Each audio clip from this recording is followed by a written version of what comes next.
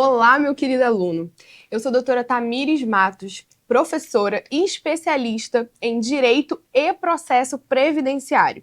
E hoje eu vim trazer um pouquinho para você em relação aos benefícios por incapacidade. Um dos benefícios que mais tem pedidos e indeferimentos também perante ao INSS, o que gera uma grande oportunidade para a advocacia.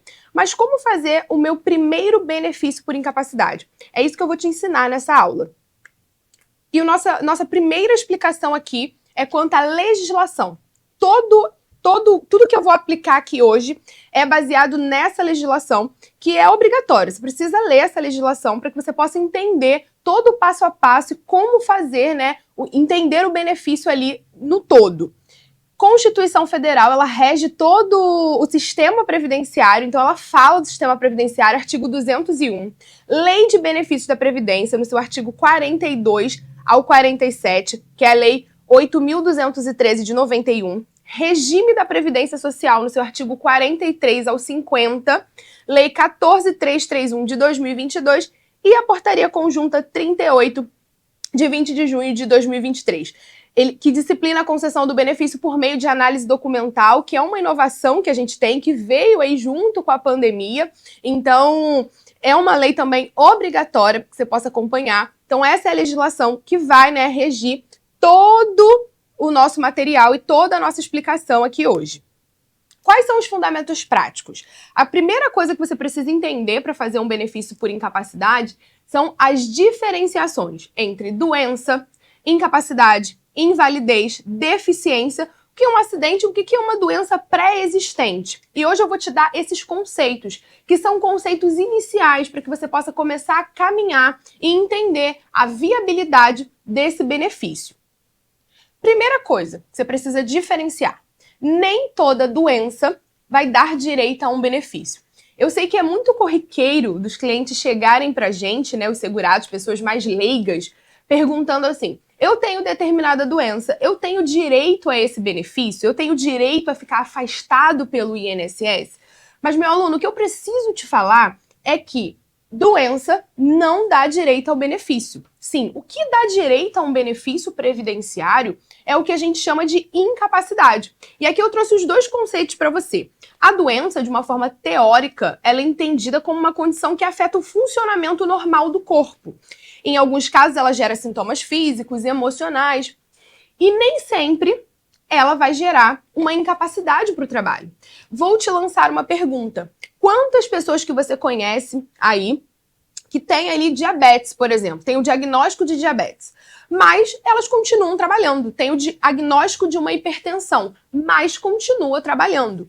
Então, nem sempre uma doença vai gerar uma incapacidade, que é o quê? A incapacidade já não, ela já está ligada ao trabalho. Quando aquela doença agrava, os sintomas causados por aquela doença agravam de forma a impedir que aquele segurado prossiga a sua atividade laborativa ou bote em risco a sua integridade física ou a de terceiros, isso gera uma incapacidade. E sim, a incapacidade é o que dá direito ao benefício. E esse é o nosso ponto de partida. Você sempre analisar, será que esse cliente, esse segurado, ele tem uma doença que permite que ele trabalhe, ou ele tem ali uma incapacidade que irá afastar ele do trabalho? Já aqui, pelo Manual Técnico de Perícia Médica da Previdência, a incapacidade é a impossibilidade de desempenho das funções específicas de uma atividade, função ou ocupação habitualmente exercida pelo segurado, em consequência de alterações provocadas por uma doença ou por um acidente.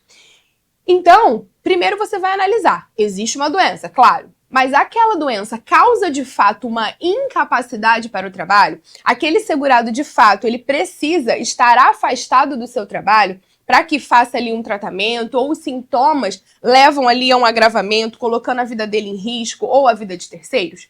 Eu vou trazer um exemplo muito simples para vocês. Imagina só um motorista, esse é um caso do escritório, um caso real, um motorista que possui síndrome do carpo. Síndrome do túnel do carpo.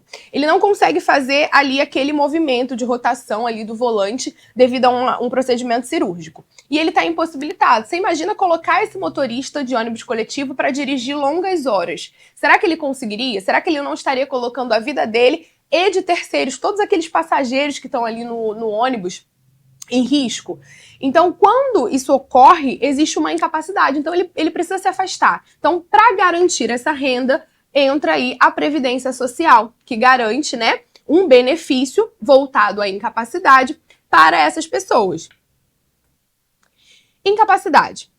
Lá na emenda 103 de 2019, é assim, ó, o conceito de incapacidade leva em conta o risco do periciando ou para terceiros, ou o agravamento da patologia sob análise que a permanência na atividade pode acarretar. Então, a gente também tem que analisar, será que essa atividade, será que a manutenção do exercício dessa atividade não vai agravar aquela doença?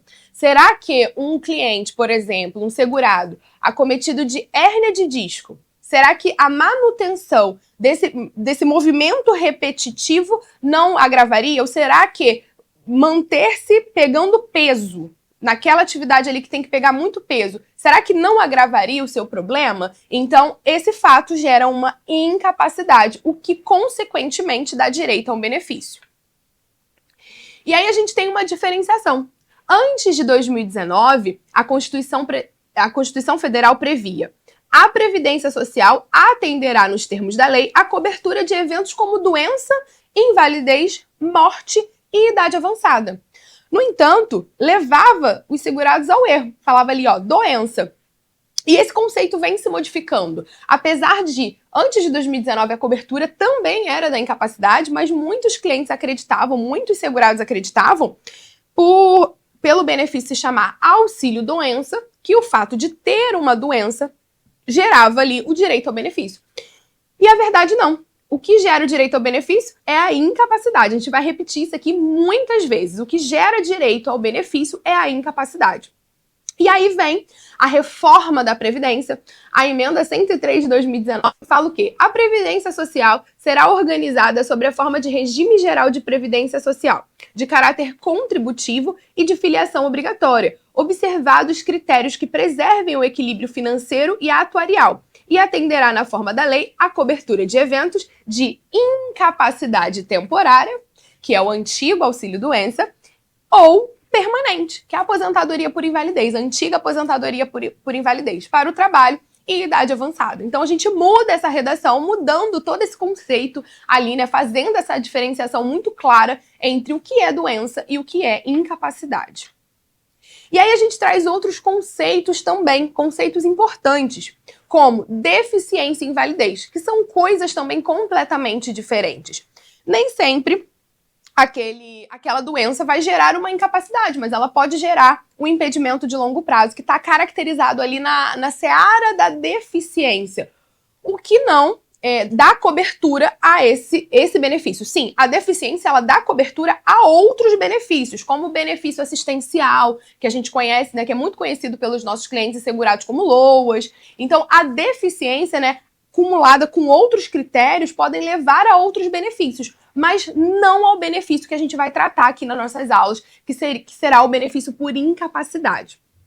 Então, a gente tem lá, ó, atenção, esse conceito não será utilizado para benefícios por incapacidade, e sim na construção de processos de prestação continuada, aposentadoria da pessoa com deficiência, que são outros benefícios. O conceito de deficiência, ele está lá no artigo 2º da Lei 13.146 de 2015. Considera-se pessoa com deficiência aquela que tem impedimentos de longo prazo, de natureza física, mental, intelectual e sensorial.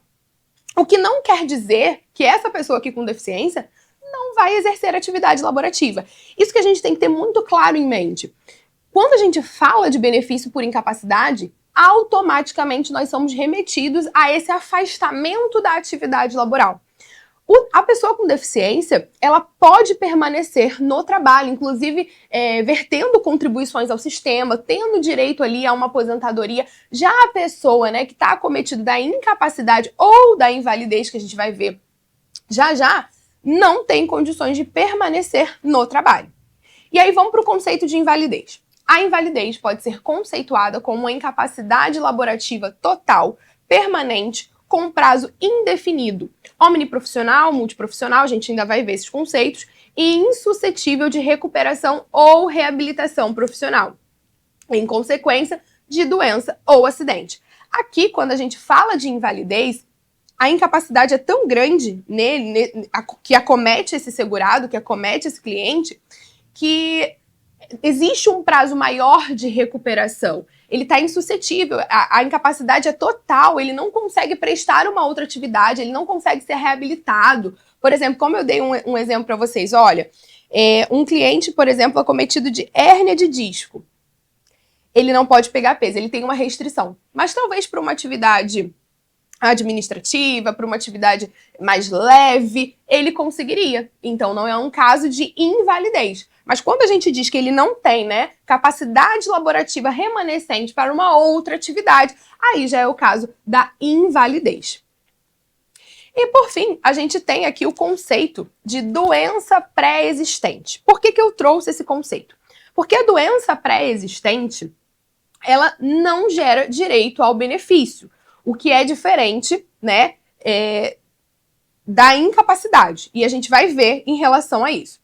A doença ou lesão anterior à filiação não lhe conferirá direito à aposentadoria por incapacidade permanente, salvo quando a incapacidade sobrevier por motivos de progressão. Então, como eu falei, aquele segurado ele ainda não era filiado à Previdência. Vamos considerar que ele já nasceu com uma determinada patologia, com um determinado problema antes da sua filiação.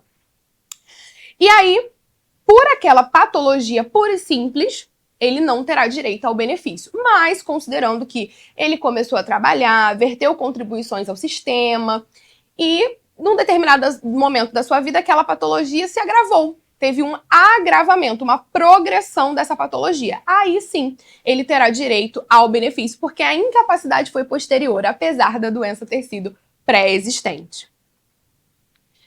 O segurado não terá direito ao benefício quando a incapacidade for anterior ao momento em que requereu e se filiou à Previdência. Então, uma dica importante que eu deixei aqui é que na construção do seu processo, você precisa provar esse agravamento. Então, quando a gente fala, por exemplo, de uma doença que aquele segurado tinha antes da filiação, a gente tem que fazer uma linha do tempo ali mostrando, olha, ele tinha essa incapacidade antes dele se filiar, mas ele se filiou, ele prestou serviço por um tempo, ele trabalhou por um tempo muito bem, mas chegou um determinado momento em que essa doença foi se agravando, o que impediu que ele continuasse a trabalhar. Então, prove o agravamento da patologia. O segurado pode ter ficado doente antes da filiação, mas a incapacidade sobreveio posterior ao momento em que ele já tinha qualidade de segurado e carência. Muito nesses casos em que o segurado já nasceu com determinada patologia, ou, por exemplo, descobriu, como eu falei lá no início, a diabetes, em um momento em que ainda não estava trabalhando, né? E aí essa doença é pré-existente, mas chega um momento em que a diabetes teve um agravamento, e aí às vezes tem ali uma perda de visão, um outro desdobramento devido ao agravamento da diabetes. E aí esse agravamento deve ser provado para que sim, dê direito a um benefício previdenciário ao seu cliente. Então a pergunta, o que ele tinha antes da filiação? É uma doença ou uma incapacidade? Esse é um requisito que você precisa analisar no momento em que estiver conversando ali com o seu cliente. Olha, ele só estava doente, conseguiu continuar trabalhando e chegou um momento que precisou parar, ou ele sempre teve a incapacidade para o trabalho? E aí, a gente parte para um outro tópico muito importante. Principalmente para você que está iniciando agora, está com o seu primeiro benefício por incapacidade aí, fazendo. Você vai ver dentro do INSS, nos extratos, no sistema, com as pessoas, com os profissionais que já trabalham nessa área, muitas siglas. E você vai ouvir DID, DI, DIP, sabe? E muitas das vezes você pode ficar perdido. O que significa essas siglas? Porque dentro dos benefícios por incapacidade, é um hábito ali dentro do direito previdenciário a gente tratar muitas questões com siglas, justamente porque são nomes mais longos, mais extensos, então o sistema do INSS utiliza essas siglas, né? E aí a gente começa a utilizar essas siglas no nosso dia a dia. Então, tanto para o processo administrativo quanto para o processo judicial, E até mesmo, às vezes, para conversar ali com o seu cliente, você vai precisar saber essas siglas. Então, eu trouxe essas informações aqui para vocês. D&D. Toda vez que verificar ali a D&D, principalmente quando está lendo o laudo de um cliente, vai ter lá D&D. O que é a D&D? A data do início da doença. O que não tem a ver ainda com a incapacidade. Quando começou essa doença? A data da doença pode ser uma e a data da incapacidade pode ser outra, lembra? Que a gente acabou de falar sobre agravamento? Então, a data da doença é uma, a data da incapacidade é outra. Então, D&D é data do início da incapacidade. E aí a gente parte para DII. O que é a DII? Data do início... D&D, perdão. Data do início da doença. Aí a gente parte para DII.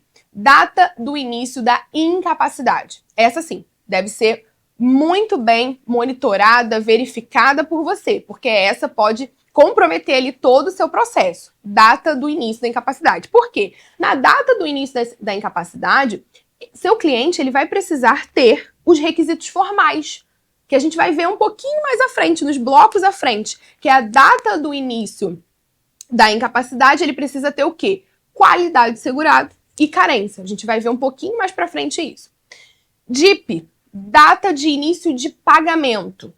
SAB, sistema de acompanhamento de benefícios por incapacidade. Aqui no SAB é onde fica guardado ali todas as informações da perícia médica. O que o perito avaliou, o que ele considerou, por que ele reconheceu a incapacidade ou não. Fica ali, ó, dentro do sistema de acompanhamento de benefícios por incapacidade, o que vai ser valiosíssimo no momento em que nós estivermos realizando a nossa petição inicial.